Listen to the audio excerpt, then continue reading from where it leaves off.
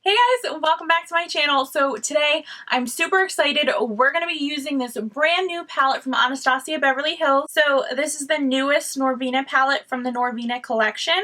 I did get the really cute box. It is a bit dirty and bent up, but that's okay. You open her up, we have the pretty Anastasia logo up there.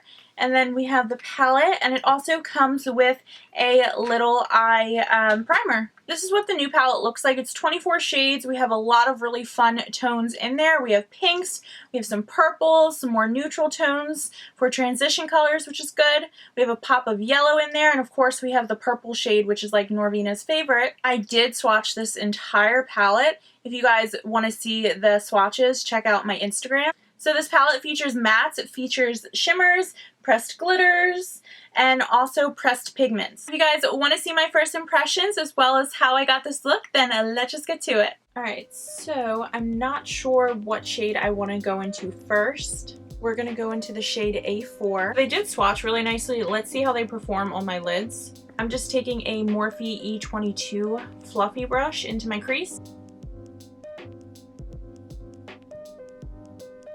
Just have to go really lightly into this. It's so pigmented, so a little bit goes a long way.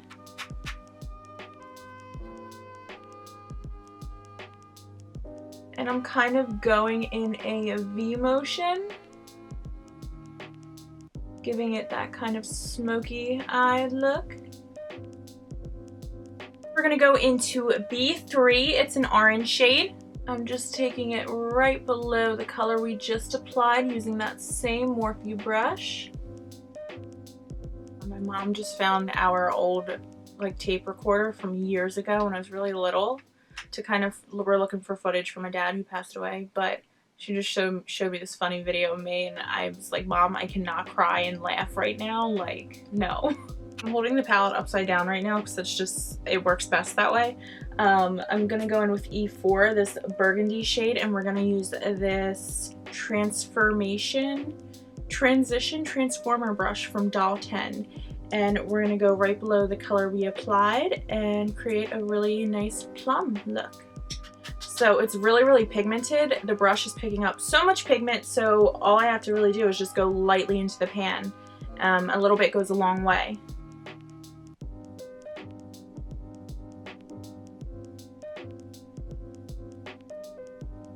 So I'm picking up a little bit more of that plum shade, and then I'm just bringing it down a little bit.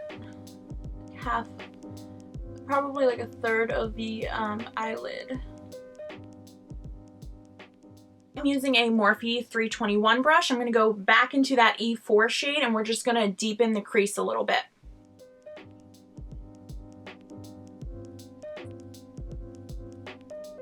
Taking my Doll 10 brush again, and we're just going to buff out any harsh color.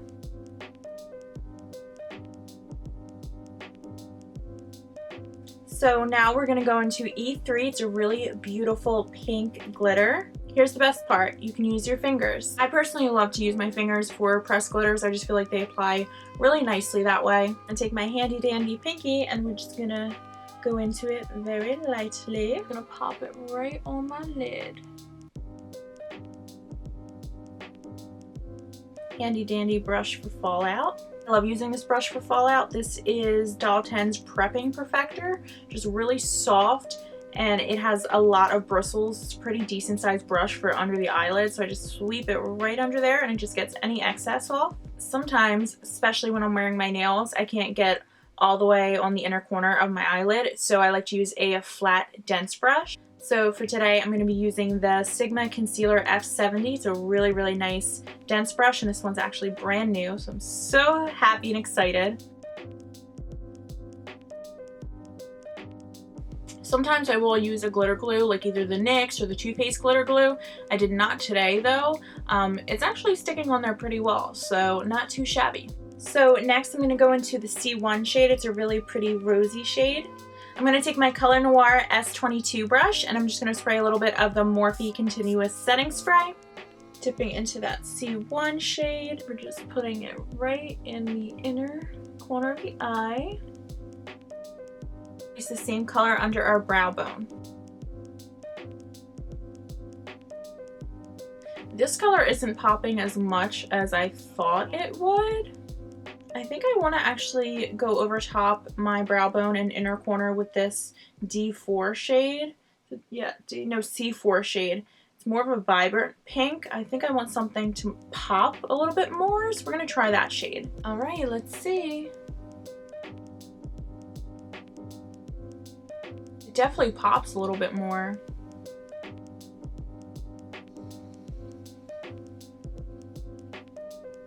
Alright, so I'm going to do the other eye and my face, and I'll be back. Alrighty, so this is the finished look.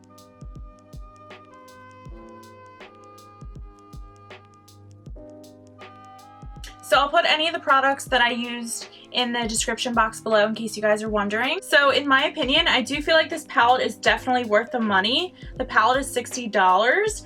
But I feel like the quality is really like top notch. I do feel like some shades are meant to be more as toppers than just on their own, and a few of them did need some setting spray to really make them pop. But the mattes are phenomenal. I really do love this palette. So let me know if you guys want to see kind of like a full tutorial using some of the other colors in the palette. And until my next one, bye!